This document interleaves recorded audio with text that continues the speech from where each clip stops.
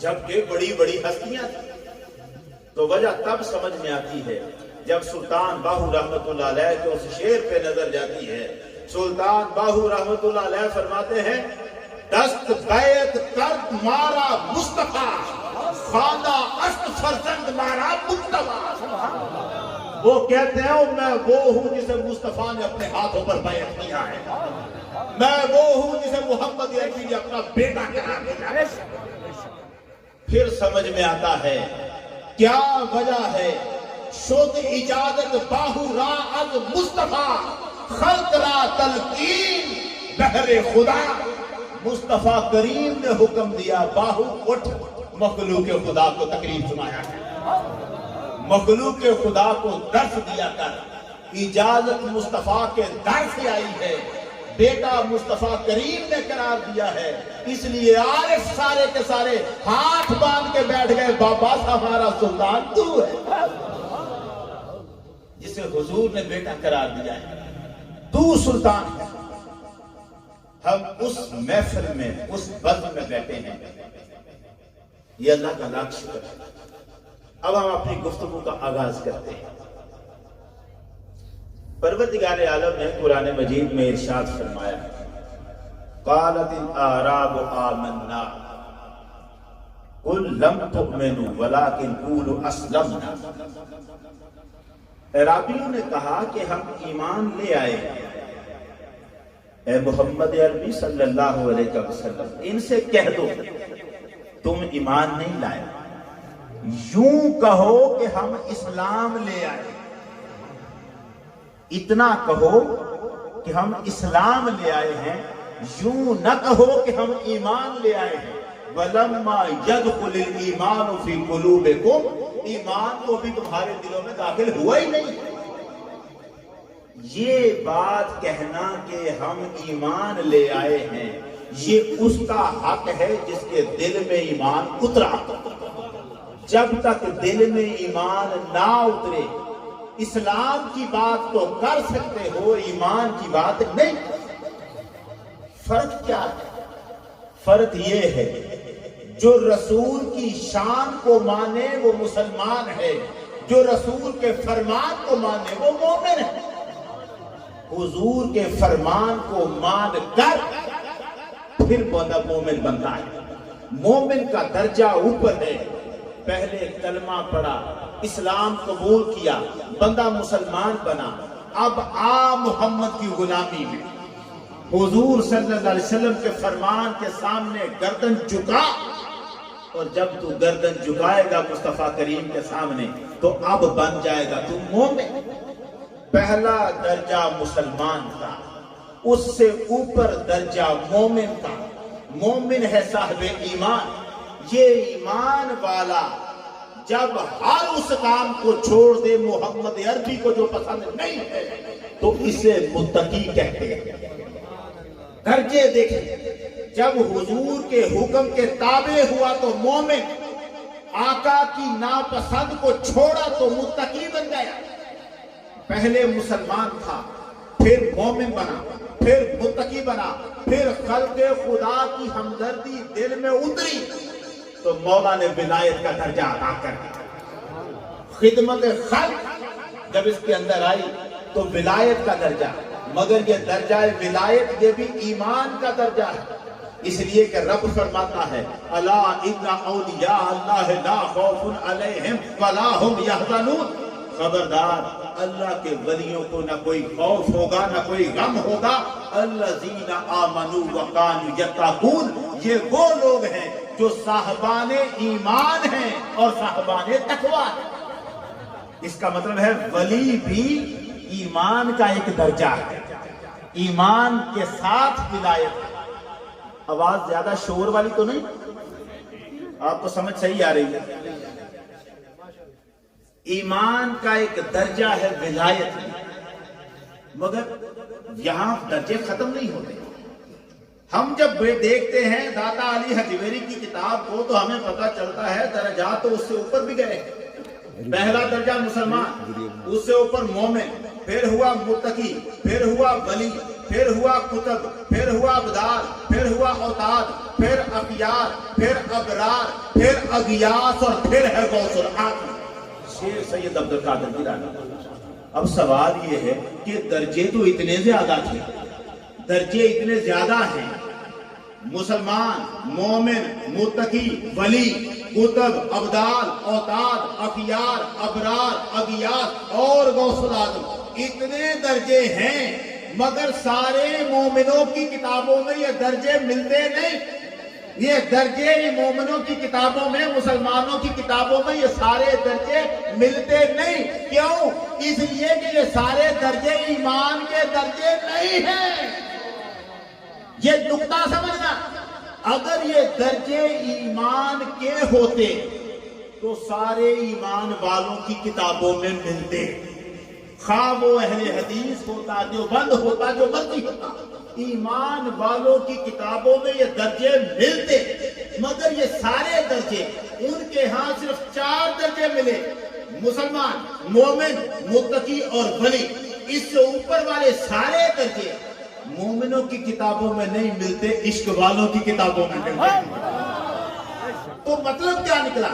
اس کا مطلب یہ ہے یہ 4 درجے ایمان کے ہیں، اس سے اوپر والے درجے ایمان کے نہیں، عشق کے درجے ہیں۔ اوپر والے درجے عشق کے درجے ہیں۔ میں آپ کو کہیں لے کے جانا چاہتا ہوں، اور بڑی توجہ رہے، کیا کہا سلطان باہو رحمت اللہ علیہ نے؟ آپ نے فرمایا ایمان سلامت ہر کوئی منگے تے عشق سلامت کوئی ہو، منگن ایمان شرمامن عشقو، میرے دل نو غیرت ہوئی ہو، جس منزل نو عشق پچاوے ایمان خبر نہ کوئی ہو، میرا عشق سلامت رکھی باہو، ایمانوں دیاں دروئی ہو۔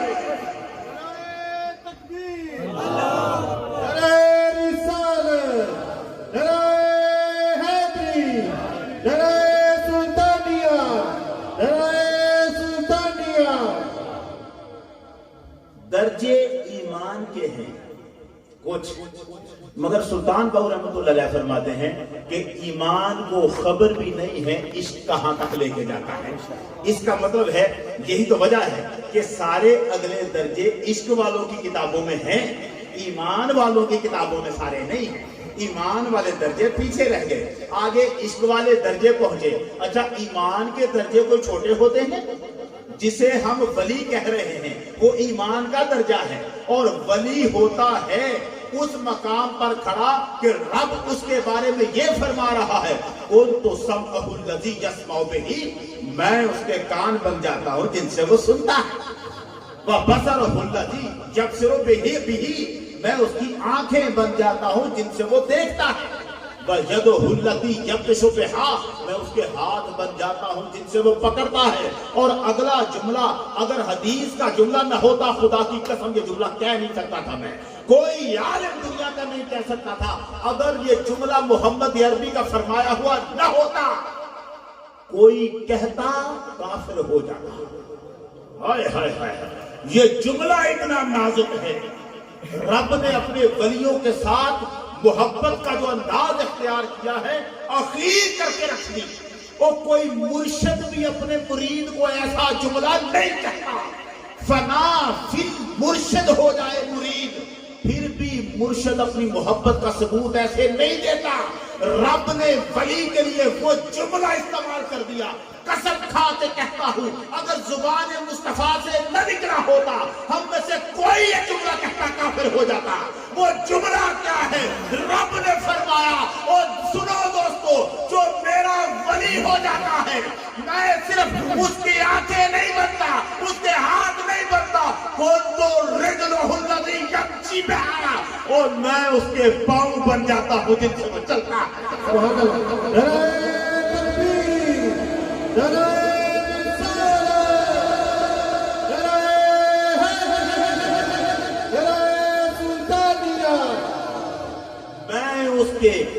میں اس کے پاؤں بن جاتا ہوں، میں اس کے پاؤں بن جاتا ہوں جن سے وہ چلتا ہے۔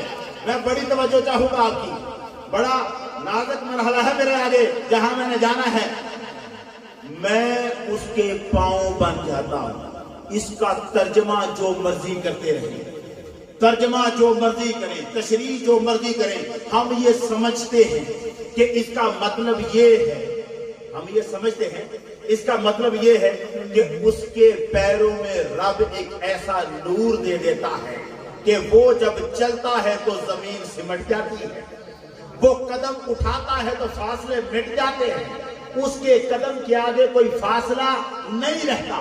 ہم یہ سمجھتے ہیں کہ ترجمہ یہی ہے کہ رب اس کے پیروں میں ایسا نور دے دیتا ہے، مگر اسے کیا کہیں کہ رب نے سیدھی بات ایسے نہیں کہی، رب نے یوں نہیں کہا میں اس کے پیروں کو نور دے دیتا ہوں۔ رب کا جملہ کیا ہے؟ مولا کہتا ہے کنت رجلہ، میں اس کے پاؤں بن جاتا ہوں، میں اس کے پاؤں بن جاتا ہوں۔ کمال محبت ہے، بندے نے خدا سے عشق کیا کرنا تھا، خدا بندے سے عشق کر رہا۔ نعرہ تکبیر، نعرہ رسالت، نعرہ حیدری، محفل میلاد مصطفیٰ، علماء اہل سنت، نعرہ سلطانیہ، نعرہ سلطانیہ۔ بندے نے خدا سے عشق کیا کرنا ہے، خدا دیکھو بندے سے کیسے عشق کر رہا ہے، کتنا بڑا جملہ کہہ دیا، کنت رجلہ، میں اس کے پاؤں بن جاتا ہوں۔ اور یہی تو ہم کہتے ہیں، جس کے بارے میں رب کہے میں اس کے پاؤں بن جاتا ہوں، اور تو اس کے پاؤں بن ہی جا، اور جس کے پاؤں وہ بن گیا ہے تو اس کے پاؤں بن جا، تو پھر تجھے مولانا روم کی بات یاد آئے گی، کیمیا پیدا کن از مشتے گلے، وہ سدن پر آستانے کاملے۔ وہ کہتے ہیں کوئی اپنی مٹی کو اکسیر بنانا چاہتا ہے نا، کسی ولی کی قبر کو بوسا دے، تجھے پتا چلے کسی اللہ کے یار کے قدم کتنے اونچے ہوتے ہیں، اور اس کے جس کے قدموں کی تعریف رب یوں کرے میں اس کے پاؤں بن جاتا ہوں۔ بتا تو صحیح پوری دنیا کی کتابوں میں ایسا جملہ کہاں سے لائے گا؟ وہ یہ تو کمال ہے۔ عاشق کہتا ہے محبوب سے میں نے اپنا دل تیرے قدموں میں رکھ دیا۔ عاشق کا جملہ بڑے سے بڑا یہ ہے، میں نے اپنا دل محبوب کے قدموں میں رکھ دیا، مگر رب جیسا جملہ کوئی نہیں کہہ سکتا، اور رب ہو کر کہتا ہے اور میں اس کے قدم بن جاتا ہوں، میں اس کے قدم بن جاتا ہوں۔ اب اس کے قدموں کی عظمت کو سمجھ، متوجہ رہے، اس کے پیروں کی عظمت کو سمجھ، جس کے بارے میں رب کہتا ہے میں اس کے پاؤں بن جاتا ہوں، اور جس کے پاؤں اتنے اونچے ہیں۔ توجہ رہے، نعرہ تکبیر، نعرہ رسالت، یا رسول اللہ، نعرہ حیدری، یا علی، نعرہ سلطانیہ، حق بات، نعرہ سلطانیہ۔ حق بات۔ تھوڑی سی توجہ آپ کی، یہ جملہ بڑا ہی قیمتی ہے، میں اس کے قدم بن جاتا ہوں۔ تو اب آپ ذرا سوچیں نا کہ اس کے قدم کتنے عظیم ہو گئے ہیں۔ رب کہے میں اس کے قدم بن جاتا ہوں، تو جس کے قدم اتنے اونچے ہو گئے اس کا سر کتنا اونچا ہوگا؟ جس کے قدم، جس کے پیر اتنے اونچے ہو گئے ہیں، اب بتاؤ نا ذرا اس کا سر کتنا اونچا ہوگا۔ اور یہ ہے کون؟ یہ صرف ہے ولی، ابھی کھڑا ہے چوتھے درجے پر، مسلمان، مومن، متقی اور ولی، یہ ایمان کے درجے ہیں۔ ایمان کے درجوں میں ولی ہے، اس کا اتنا مقام چلا گیا تو اس سے اوپر عشق کے درجے ہیں، وہ کہاں جائیں گے؟ ایمان کے درجے یہاں تک آئے ہیں، ایمان کے درجے یہاں تک آئے ہیں، بتاؤ نا ذرا عشق کے درجے کہاں تک جائیں گے؟ اچھا ایمان کی حقیقت کو سمجھیں گے آپ تو آپ کو پتا چلے گا باہو لے کے کہاں جا رہے ہیں، سلطان باہو ہمیں لے کے جانا کہاں چاہتے ہیں۔ میں جملہ آپ کو بتانا چاہتا ہوں، حارثہ صحابی تھے حضور کے، صحابی ہیں، حضور کے. اور ایک دن صبح کے وقت راستے میں چلتے ہوئے سرکار کے سامنے حارثہ آ گئے. سرکار نے دیکھا حارثہ کو، چہرے پہ، حارثہ کے چہرے پہ کچھ نورانی کیفیتیں تھیں. اب چہرے پہ نورانی کیفیتیں نبی ہوتی، مصطفیٰ تو دل تک دیکھ لیتے ہیں.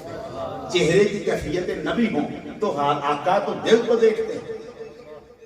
سرکار نے پوچھا، حارثہ کو دیکھ کر پوچھا، کیف اصبحت یا حارثہ؟ حارثہ آج صبح تو نے کس حال میں کی ہے؟ حارثہ صحابی، حضور کے صحابی ہیں. کہنے لگے یا رسول اللہ اصبحت مؤمنا حقا، آج میں نے سچے مومن کی طرح صبح کی. سچے مومن کی طرح صبح. ہم بھی مومن ہیں یہی کہتے ہیں، مگر سچے مومن کی صبح کیا ہوتی ہے حارثہ سے پوچھے.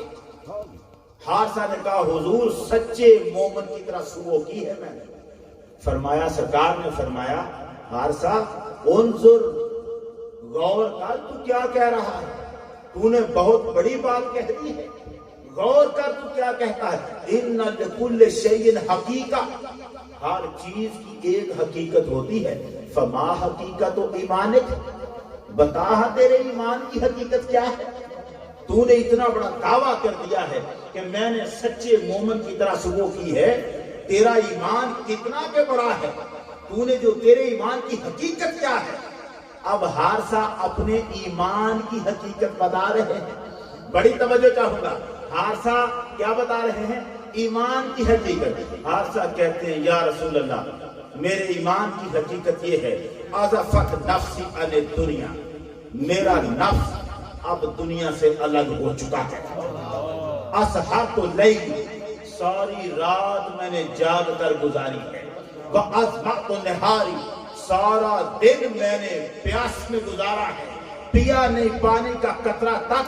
اور اب جب آقا آپ کے سامنے کھڑا ہوں نا، اس وقت میری حالت یہ ہے کہ انی انظر الی عرش ربی بارزا، مجھے یوں لگ رہا ہے، مجھے یوں لگ رہا ہے جیسے رب کا عرش میری آنکھوں کے سامنے آ گیا. سبحان اللہ. نعرہ تکبیر، نعرہ حیدری. کیا کہا حارثہ نے؟ کیا کہا؟ نکتہ سننا. حارثہ کہتے ہیں کأنی انظر الی عرش ربی بارزا، مجھے یوں لگ رہا ہے، فکرے پہ غور کرنا، مجھے یوں لگ رہا ہے جیسے میں رب کے عرش کو دیکھ رہا ہوں. مجھے یوں لگ رہا ہے جیسے میں رب کے عرش کو دیکھ رہا ہوں. اس کا مطلب کیا تھا؟ یہ حقیقت ایمان کی ہو رہی تھی، درجہ ایمان کا ہو رہا تھا. نعرہ تکبیر، اللہ اکبر، نعرہ رسالت، یا رسول اللہ، نعرہ حیدری، یا علی، نعرہ سلطانیہ. حق بات. درجہ ایمان کا بیان ہو رہا ہے، حقیقت ایمان کی بیان ہو رہی ہے. حارثہ کہتے ہیں یا رسول اللہ مجھے اس وقت ایسے لگ رہا ہے کہ انی انظر الی عرش ربی بارزا، جیسے ایسے لگ رہا ہے جیسے کہ میں رب کے عرش کو دیکھ رہا ہوں. بھائی مرتبہ بڑا ہے، مرتبہ بڑا ہے، لیکن کہا کیا؟ ایسے لگ رہا ہے. اس کا مطلب ہے دیکھ رہے نہیں تھے. لفظوں پہ غور کرنا ہے. دیکھ رہے نہیں تھے، لگ رہا تھا، لگ رہا تھا.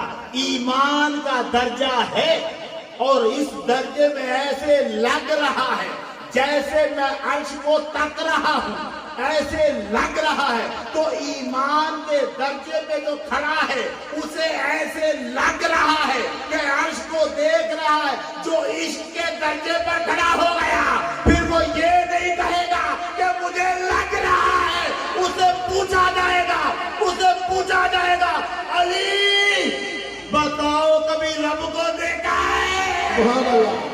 علی بتا کبھی رب کو دیکھا ہے؟ تو علی ایمان کے درجے پہ نہیں، عشق کے درجے پہ کھڑا ہے. علی کہے گا ما کنت اعبد رب ما لم ارى،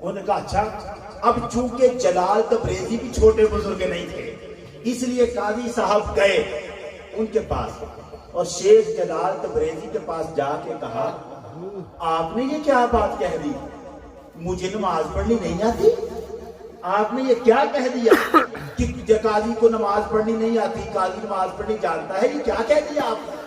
شیخ جلال تبریزی کہنے لگے یہ میں نے اس لیے کہا ہے نا کہ علماء کی نماز اور ہے، فقراء کی نماز اور ہے، علماء کی نماز اور ہے، فقراء کی نماز اور ہے۔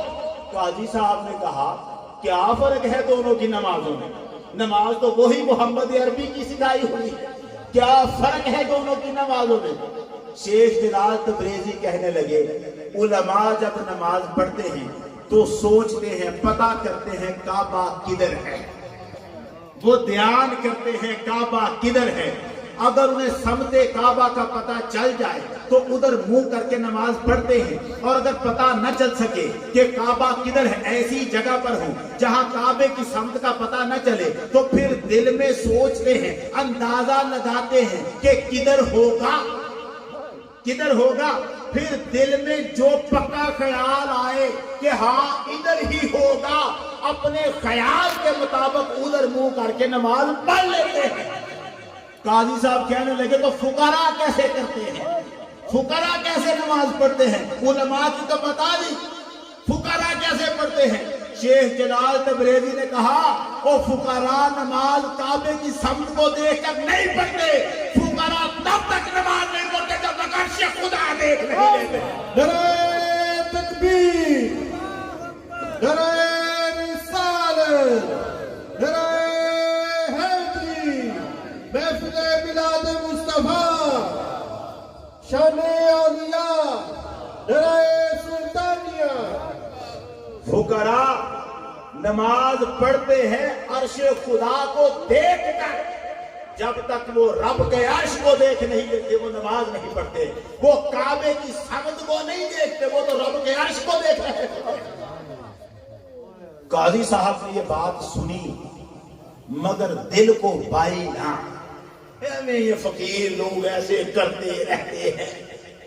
خیر احتراماً یہاں سے چلے گئے۔ اب جب رات ہوئی سوئے، خواب میں دیکھا عرش خدا کا اوپر مصلی بچھا شیخ جلال تبریزی کا، اور جلال تبریزی عرش پر مصلی بچھا کے نماز پڑھ رہے ہیں۔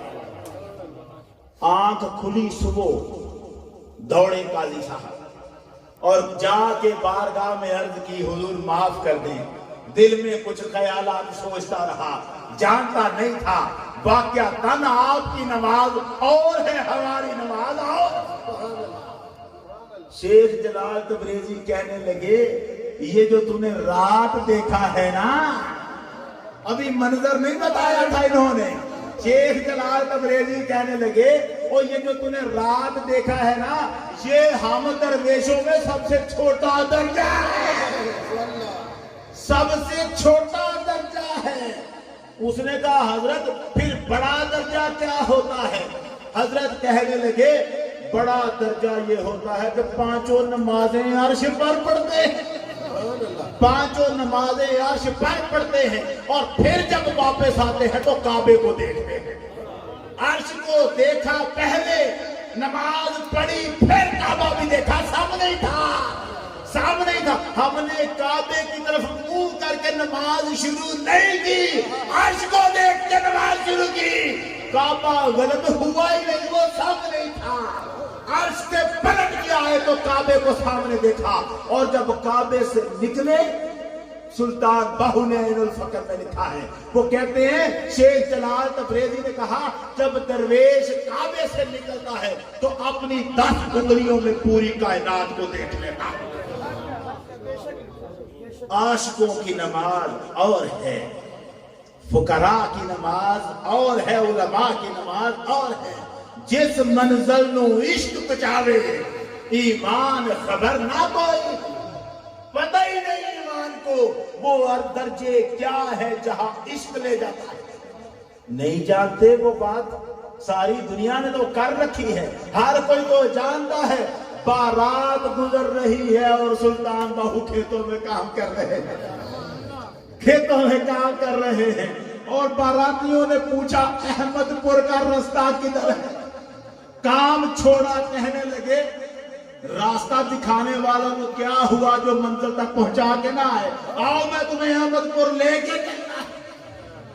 آگے آگے باہو سلطان چل رہے ہیں، پیچھے بارات چل رہی، 4 قدم اٹھائے دیکھا احد پہاڑ نظر آ رہا۔